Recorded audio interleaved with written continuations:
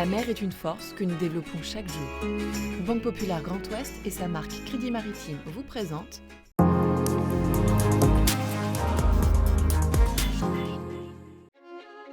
Bonjour et bienvenue dans Ma Planète Bleue, le magazine qui explore l'actualité maritime.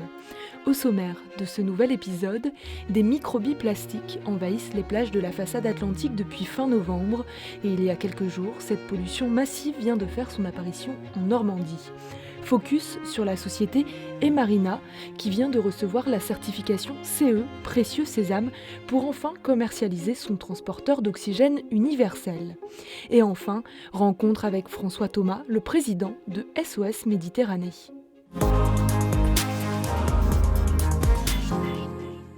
Le littoral français envahi par des milliers de microbilles en plastique appelées aussi larmes de sirène. Depuis fin novembre, cette pollution est visible sur la façade atlantique du Finistère à la Vendée et elle vient d'arriver récemment dans la Manche sur les plages du Cotentin. Pour le moment, on ne sait toujours pas l'origine de cette pollution, même si l'hypothèse la plus probable serait une chute d'un conteneur en mer. Plusieurs collectivités ont déposé plainte contre X, notamment le département du Finistère, et le parquet de Brest a ouvert une enquête.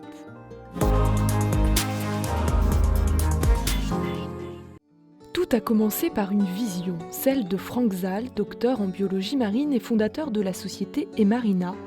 Convaincu que le biomimétisme est la clé des thérapeutiques du futur, ce qui a orienté ses recherches vers l'arrêt Nicole.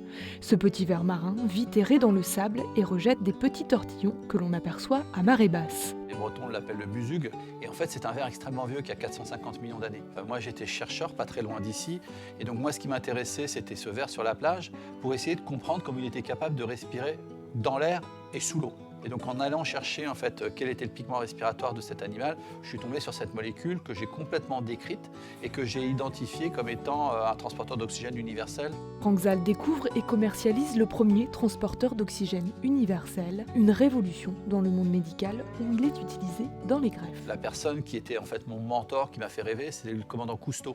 Et j'ai eu la chance de le rencontrer sur mon parcours, où il faisait une conférence à l'Institut océanographique à Paris. Et donc je suis allé le voir et je lui ai dit, commandant, comment on fait pour être commandant Cousteau? Et donc il n'a pas rigolé, en fait, il m'a fait une feuille de route. Frank Zahl a ainsi mené la vie dont il a toujours rêvé et a parcouru les mers du monde, mais ce n'était plus suffisant. C'est en 2007 qu'il démissionne du CNRS et fonde son entreprise. On a l'habitude de dire que c'est une plateforme technologique, la vie est basée sur l'oxygène. Donc quand vous avez compris ça, vous déclinez tout ça en application. Donc je suis super heureux aujourd'hui dans ce qu'on fait, et surtout quand on dit qu'on sauve des vies, c'est vraiment mon moteur de la vie, quoi.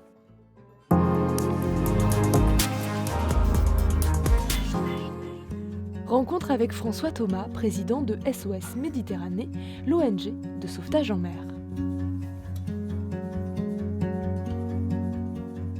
C'est une association humanitaire de sauvetage en mer avant tout.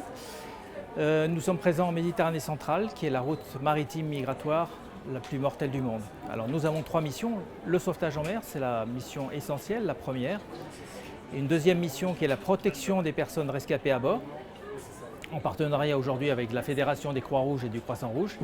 Et puis une troisième mission, c'est le témoignage de ce qui se passe en Méditerranée centrale, de ce qui se passe en Libye. Et il est très important de parler, de témoigner de cette réalité, de cette tragédie en Méditerranée centrale.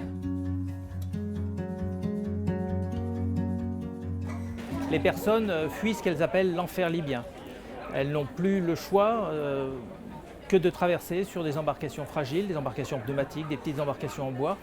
L'Europe s'est complètement retirée de cette zone, donc les ONG sont seules, toutes seules pour effectuer ces sauvetages. Nos moyens sont totalement insuffisants. C'est un navire qui a été adapté avec une clinique à bord. Nous avons une équipe médicale, nous avons des marins sauveteurs. Nous avons dans l'équipe médicale sages-femmes, médecins, infirmières pour s'occuper de tous ces rescapés. Et le bateau patrouille en Méditerranée centrale pour sauver des vies.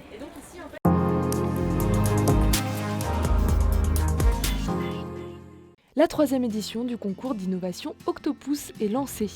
Organisé par l'Ifremer, il est ouvert à tout porteur de projet pour leur permettre de créer leur start-up en sciences et technologies marines. Les grands gagnants bénéficieront d'un financement complet à hauteur de 250 000 €. Les candidatures sont possibles jusqu'au 28 février prochain. Et enfin, on se quitte avec cette citation de Sénèque: « Il n'y a pas de vent favorable pour celui qui ne sait pas où il va ». Bon vent à tous.